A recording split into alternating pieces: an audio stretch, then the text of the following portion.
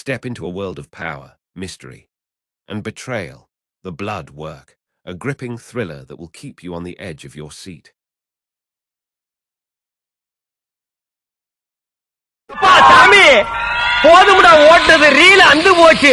வணக்கம் மக்களே, மீண்டும் உங்கள் சந்திப்பதில் பெருமகிழ்ச்சி. ஸோ இந்த வாரம் ரெண்டாவதாக நம்ம என்ன படம் பார்க்க போகிறோம் அப்படின்னா, இந்த படமும் ஒரு பேய் படம் தான். பட் இந்த படம் கம்ப்ளீட்டாக வேற மாதிரியான ஒரு பேய் படம். நம்ம பெபின் ஜார்ஜ் ஜெயசீலன் அவர்களின் இயக்கத்தில் என்பி ஆகிய நரேந்திர பிரசாத் மற்றும் ரூபா அவர்கள் நடித்து வெளிவந்திருக்கிற யமகாதகி அந்த படத்தை பற்றி தான் பார்க்க போகிறோம். ஸோ இந்த படத்தோட ஒன்லைன் என்னன்னு பார்த்தீங்க அப்படின்னா, அந்த ஒன்லைன் சொல்லும் போதே நிறைய விஷயங்கள் ஸ்பாய்லர் பண்ணுற மாதிரி ஆகிடும். ஸோ நான் காமனான ஒரு விஷயமா சொல்கிறேன். இறந்து போகிற ஒரு கன்னி பெண்ணின் பிணம் இறந்தும் அந்த வீட்டை விட்டு வெளியே வராமல் நிறைய விஷயங்கள் பண்ணுது. அது ஏன் வெளியில் வர மாட்டேங்குது, எதனால் வெளியே வர மாட்டேங்குது அப்படின்ற ஒரு கண்ணோட்டம் தான் இந்த படமே. கடைசியில் அது என்ன நடந்து என்ன சொல்ல வந்துச்சு, அது நடந்ததுக்கப்புறம் அது வெளியில் வந்ததா இல்லையா அப்படின்றது தான் இந்த படத்தோட ரொம்ப சிம்பிளாக சொல்லணும்னா இதுதான் ஒன்லைன். ஸோ முதல்ல எனக்கு இந்த படத்தில் என்ன பிடிச்சிருந்தது, என்ன ரொம்ப இன்ட்ரெஸ்டிங்காக இருந்தது அப்படின்னா, நான் இந்த சொன்ன கண்டென்ட் தான். ஒரு இறந்த பிணம், பெண் பிணம், அது வெளியில் வராமல் பண்ணது. வெளியில் வராமல் ஏதோ ஒரு விஷயத்துக்காக அந்த வீட்டுக்குள்ளே இருக்குது.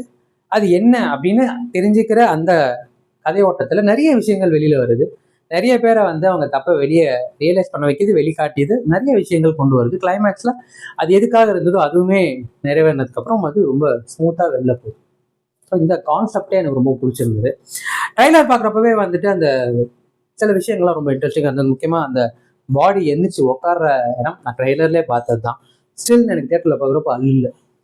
அதுதான் அந்த பயம் தான் அந்த படத்தோட சக்ஸஸ் நான் நினைக்கிறேன். அந்த இடத்துல அந்த மொமெண்ட்ல அது நடக்கும்னு தெரிஞ்சும் நம்மளுக்கு மனசுக்குள்ள ஒரு பயம் வருது அப்படின்றது தான் இந்த ஹாரர் படத்துக்கான வெற்றி. ஆனால் ஹாரர் படம் இந்த விதத்துலையுமே ஹாரர்லாம் இந்த நார்மல் பேய் படத்துக்கு வரையான எந்த எலிமெண்ட்டுமே இல்லை. ஆனாலும் எனக்கு அந்த ஃபீலை கொடுத்தது ஃபர்ஸ்ட் ஆஃப் ஃபுல்லாகவே. ஸோ எனக்கு அந்த விஷயமும் பிடிச்சிருந்தது. மூணாவது, இந்த படத்தோட நடிப்பு. நிறைய புதுமுகங்கள் தான், நிறைய நம்ம பார்த்து பழகின முகங்கள் கிடையாது. என்பிஏ பார்த்தீங்கன்னா நம்ம இந்த மாதிரி யூடியூப் ஷோஸில் பார்த்துருக்கோம், சின்ன படங்கள்லையும் பார்த்துருந்தாலும் இந்த மாதிரி ஒரு சீரியஸான கேரக்டர் பார்க்கல. ஸோ இந்த மாதிரி தெரிந்த முகமும் பெருசாக நம்மளுக்கு இந்த மாதிரி கேரக்டர்ஸ்லாம் பண்ணாமல் இருக்கிறவங்களை வச்சு இந்த படம். முக்கியமாக முதல்ல ஹீரோயின் கொஞ்ச நேரம் நார்மலாக ஒரு ஹீரோயின் பண்ணக்கூடிய ரோல் பண்ணிட்டு அதுக்கப்புறம் கம்ப்ளீட்டாக ஒரு டெட் பாடியாக தான் பண்ணணும். அந்த ரோல் பண்ணுறது ரொம்ப கஷ்டம். அதை ரொம்ப அழகாக பண்ணியிருக்காங்க. சீரியஸாகவே பயங்கரமான ஒரு பாராட்டு கொடுக்கணும்.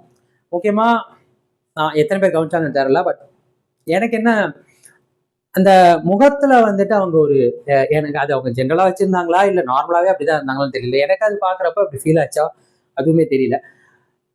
அந்த பாடி வெளியில வராது, அதாவது அது நினைச்சது நடக்காத வரைக்கும் அந்த முகத்துல அவங்க அந்த பாடியை தூக்க வரும்போது அதை எப்படியாவது அப்புறப்படுத்தலாம் நினைக்கிறப்பெல்லாம் முடியாம போகும். அந்த முகத்துல ஒரு சார்கஸ்டிக்கான ஒரு திமிர் தெரியும். அந்த புருவம் ஒரு நக்கலான சிரிப்பு மாதிரி அந்த முகத்துல அப்படி ஒரு பாவனம் தெரியும்.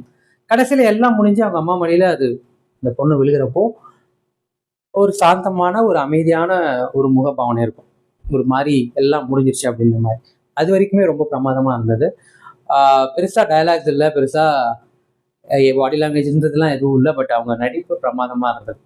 ரெண்டாவது என்பி ரொம்ப சின்ன கேரக்டர் தான், சின்ன ரோல் தான், ஆனால் ரொம்ப அழகாக பண்ணியிருந்தாரு. அந்த பொண்ணுக்கு காதலனா வர கேரக்டர் எல்லா இடத்தையும் தாண்டி அந்த கடைசி கட்டத்தில் அந்த பெண்ணோட காலில் விழுந்து அழுகிற சீன் பிரமாதமாக இருந்தது. என்பி ரொம்ப நல்லா இருந்தது. அதை தாண்டி இந்த படத்தில் பண்ண அத்தனை கேரக்டர், இந்த பொண்ணோட அண்ணனா வரதா சரி, அண்ணியா வரதா சரி, அண்ணியோட அம்மாவா வர கேரக்டரா சரி, பொண்ணோட அம்மாவா வரவங்க படம் முழுக்க அவங்க பிரம்ம பிடிச்ச மாதிரி தான் இருக்கணும்.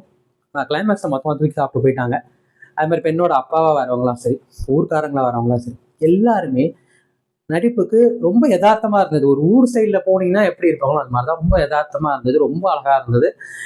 சர்ப்ரைசிங்லி எதுவுமே நம்மளுக்கு ஒரு இது படத்தை ஊர் சைடில் நடக்கிற மாதிரி, அந்த ஊருக்குள்ள ஒரு குடியாரா இருப்பான், அவன் பண்றது பேசுறது எல்லாமே நம்மளுக்கு நக்கல் இருப்பான். அந்த மாதிரி ஒரு கேரக்டரும் இருந்தது. உண்மையா அவனோட டைலாக் தான் அங்கங்க நம்மள சிரிக்கவும் வைக்கும். ஸோ இது மாதிரி எல்லாரோட பர்ஃபார்மன்ஸுமே நல்லா இருந்தது. குறை சொல்ற அளவுக்கு இல்லை. எனக்கு ரொம்பவே பிடிச்சிருந்தது.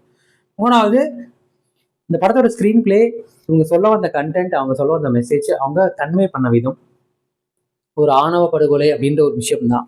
பட் அதை தாண்டி இந்த படத்துல பேசப்பட்டிருக்கிறது பெண்ணோட அடிமைத்தனம், ஆணோட இந்த மேல் சாவனிஸ்ட் சொல்லுவாங்களா, அந்த ஆணோட ஆணான் தான் அப்படின்ற ஒரு கெத்து, திமிரு, அந்த ஜாதி திமிரு, அதுக்கப்புறம் பெண்களோட பார்வையை இங்கே எப்படி பார்க்குறாங்க, ஆண்கள் வந்துட்டு வெளிக்கோவத்தை எப்படி இந்த பெண்கள் மேலே திணிக்கிறாங்க, காட்டுறாங்க, மூட நம்பிக்கைக்கான உச்சம், இந்த பொண்ணுங்களா பொண்ணுக்கு ஒன்றா இன்னைக்குமே நடக்கிற இந்த காசிப்பிங், இந்த விஷயங்கள் எல்லாத்தையுமே பேசியிருப்பாங்க, எல்லாத்தையுமே அழகாக காட்டியிருப்பாங்க. கடைசியிலே இந்த ஆணவ படக்குழுன்ற ஒரு விஷயத்தையுமே ரொம்ப அழகாக காட்டி அதுக்குமே ஒரு மெசேஜோட என்ன நடக்குது இந்த ஊருக்குள்ள இன்னுமே, அதாவது ஜாதி இல்லைன்னு சொல்லுவானுங்க, ஆணவ படுகொலையில ஜாதியே இல்லை, யாரெல்லாம் ஜாதி பார்க்குறான்னு சொல்ற இந்த ஊர் இன்னுமே ஆணவ படுகொலை அளவுக்கு நடந்துட்டு இருக்கு. அது எப்படி நடந்துகிட்டு இருக்கு, எப்படி வெளியிலேயே தெரியாம நடந்துகிட்டு இருக்கு அப்படின்றதுக்கான ஒரு சின்ன எக்ஸாம்பிள் தான் இந்த படம் நான் நினைக்கிறேன். அது காட்டின விதமே ரொம்ப அருமையா இருந்தது. இசையா இருக்கட்டும், சினிமாட்டோகிராஃபியா இருக்கட்டும், இந்த ஒரு சின்ன படத்துக்குறையும் தாண்டி ரொம்ப மெனக்கெட்டு இருக்காங்க, ரொம்பவே உழைச்சிருக்காங்க. அதுக்கான பலன் அந்த படத்துல அந்த அவுட்புட் தெரியுது. அதுவுமே முக்கியமா அந்த பாடியை அவங்க நவுத்துற சீன்ஸ் எல்லாமே, அதோட பேக்ரவுண்ட் ஸ்கோரா இருக்கட்டும், அது சினிமாட்டோகிராஃபியா இருக்கட்டும், அந்த கட்ஸா இருக்கட்டும், பிரமாதமா இருந்தது. ஏன்னா பேய் படத்துக்குரிய அந்த எலமெண்ட் எல்லாம் தூக்கி போட்டு அந்த இடத்துல தான் உங்களை வந்து அள்ளு கிளப்ப வைக்கணும், அதை கரெக்டாக பண்ணியிருக்காங்க.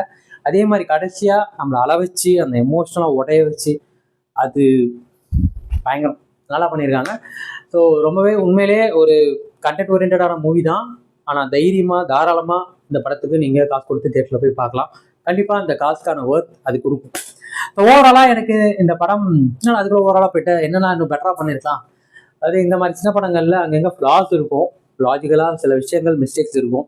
ஆனால் அதெல்லாம் கடந்து போயிட்டு இந்த பாசிட்டிவ்ஸ் நிறையா இருக்கிற இந்த மாதிரி சின்ன படங்களுக்கு நம்ம எவ்வளோக்கு எவ்வளோ நம்ம நல்ல விஷயம் சொல்லி கை கொடுக்குறோமோ அது நல்லதான் நான் நினைக்கிறேன். ஏன்னா நல்லா இல்லைன்னா நம்ம நல்லா இல்லைன்னு டேரெக்டாக திட்டலாம், எதுவுமே நல்லா இல்லை எதுக்காவது எடுத்தீங்கன்னு கூட சொல்லலாம். அது சின்ன படம் பெரிய படம்ன்ற விஷயங்கள் நம்ம கம்பேர் பண்ணக்கூடாது. பட் இந்த மாதிரி சின்ன படங்கள் நல்லா இருக்கிறப்போ அதில் உள்ள ஃப்ளாஸை விட்டுருணும். ஸோ அதை இந்த நல்லா பெட்டராக பண்ணிக்கலாம் நல்லா இல்லை அப்படின்னு இல்லை, உண்மையிலே எதுவும் நல்லா இல்லைன்னு சொல்கிற அளவுக்கு எதுவுமே இல்லை, பெட்டராக பண்ணிக்கலான்றது ஒரு சின்ன சின்ன ஃப்ளாஸ் இருக்குது. பட் அதையுமே நான் பெருசாக அதை கொண்டு வர வேணாம்னு நினைக்கிறேன். ஸோ ஓவராலாக எனக்கு இந்த படம் எந்த அளவுக்கு பிடிச்சிருந்தது, எந்த அளவுக்கு இன்ஸ்பைரிங்காக இருந்தது, எவ்வளோ பாதிச்சுது அப்படின்னா 100க்கு வந்து நான் 80 கொடுப்பேன்.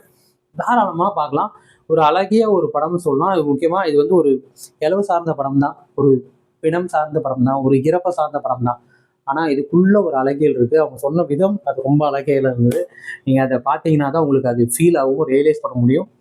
அவங்க கன்வே பண்ண விதம் ரொம்பவே அருமையாக இருந்தது. ஸோ தாராளமாக ஒரு வாட்டி போய் பாருங்கள், கண்டிப்பாக உங்களுக்கு பிடிக்கும். ஸோ அவ்வளோதான் மக்களே, மீண்டும் அடுத்த வாரம் வேற ஒரு திரைப்படம், வேற ஒரு மசாலம், வேற ஒரு முன்னோட்டத்தோடு உங்களுக்கு சந்திக்கிறேன். உங்க விஜய் கிராதகன்.